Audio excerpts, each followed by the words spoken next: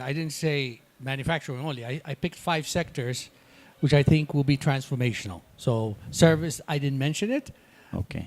specifically, but when you talk about technology, it's service, right? Okay. Yeah. The consulting business is a service business. So service is a very big component of the Ethiopian economy.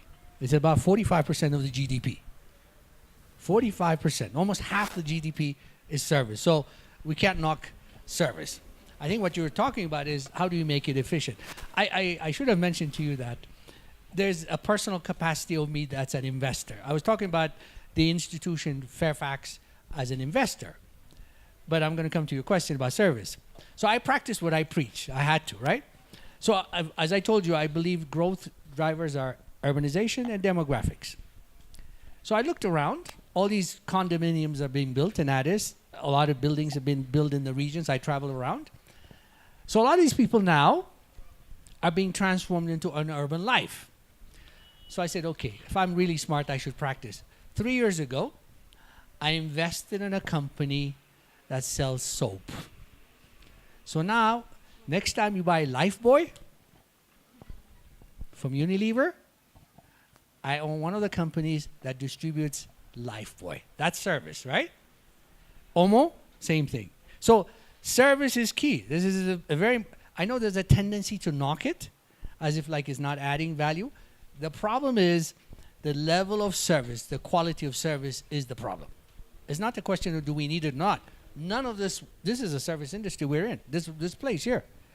So we need to upgrade the capacity. So there was a study that came out about a month ago about the retail and wholesale business. I think you might have seen it. People in that business, first of all, there's a duopoly. There's about 4 or 5 companies that control the wholesale business. And the profit margins they make is up to 1,000%. Right. So that's why you see a lot of frustration from the consumers, from government officials about the service industry.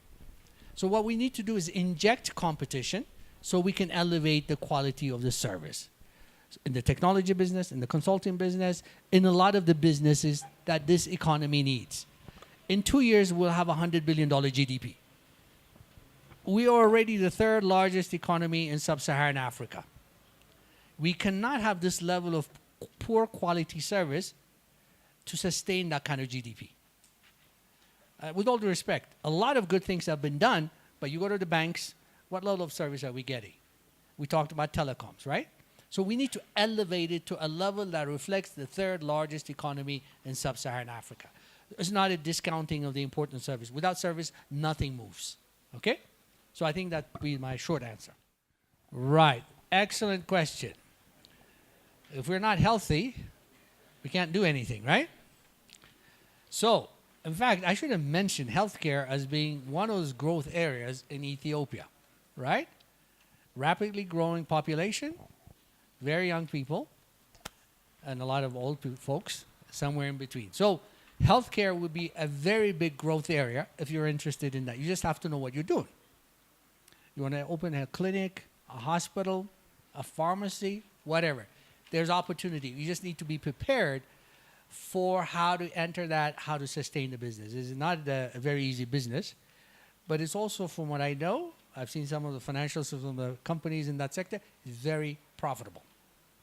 But look at the level of service. With a few exceptions, we still have very low level of quality of healthcare delivery. By the way, I think those of you from the diaspora, especially those from the United States, you should be very proud. There are 300 Ethiopian American doctors, actually from the Canada as well. They're building the Ethiopian American Doctors Group Hospital near Ayat on 150,000 square meters. Some of these doctors are some of the best doctors in the world. Neurosurgeons, cardiovascular surgeons. So there is an opportunity, and many of them are actually willing to move to Ethiopia when this hospital is finished. But that's maybe at the top end of it. But everything from diagnostic centers, I should give you a free tip. Set up diagnostic centers, okay? Anywhere, not just in Addis, by the way, the growth we're talking about in Ethiopia in the future is not Addis. Yes, there will be growth in Addis, but go to Jimma, Adama, Bahar Dar, all these regional cities that are popping up. Hawassa. That's where the growth is going to be. The urbanization we're talking about is not people coming to Addis. No, it's people moving from the farmland in the rural areas into the urban capital cities of these regional governments. So you need to have a slightly, you remember in the old days, so look at no, Addis Ababa. No, that's not going to happen. It's going to reduce significantly as these urban centers, clusters are being created. So the healthcare you're talking about, you should think about opening these things in the regionals as well, not just in Addis, okay? But there's a lot of opportunities there.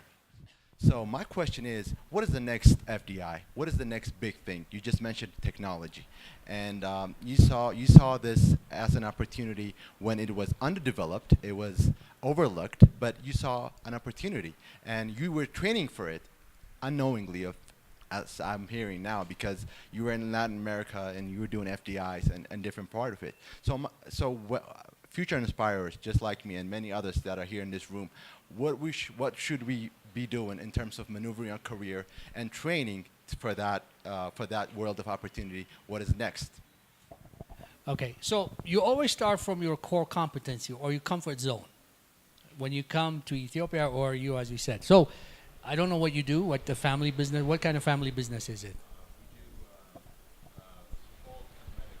Cosmetics. Okay. So you're in the cosmetics business today. A lot of people who want to look good, right? There's a growing business there. But here's what I tell everybody. Don't think traditional and say, my core competency is this, that's what I'm going to do. In Ethiopia, everything is still wide open. There might be one or two businesses that is getting a little difficult to get into. For example, I think real estate is a bit of a challenge now because it needs huge capital. It wasn't like that 10 years, 15 years ago, but one or two sectors. Everything else today is still very open. Think of technology consulting. Okay? Why do we have to bring a lot of these Indians to do the work? Why can't we, a lot of these bright people, do that? So I don't want to give specific industry. Everything is open. Seriously. If you're determined, if you're focused, if you have the ability, and if you can actually collaborate. By the way, sometimes the hindrance is, I don't have the capital, I'm on my own. Why don't you do it collaboratively? Put together a mechanism. By the way, I just wanted to tell you something. The last couple of days we're discussing about something very exciting coming up in Ethiopia, a stock market. Yes. Yeah. By 2020, 2 years from now, we're going to have a stock market in Ethiopia. Okay? Now, it took a long, long fight for many, many years, but finally. What does that mean for a lot of you? A lot of opportunities. Think about it. So, what does the stock market need? Stockbrokers, investment banks, services, right? Technology providers, trading stocks.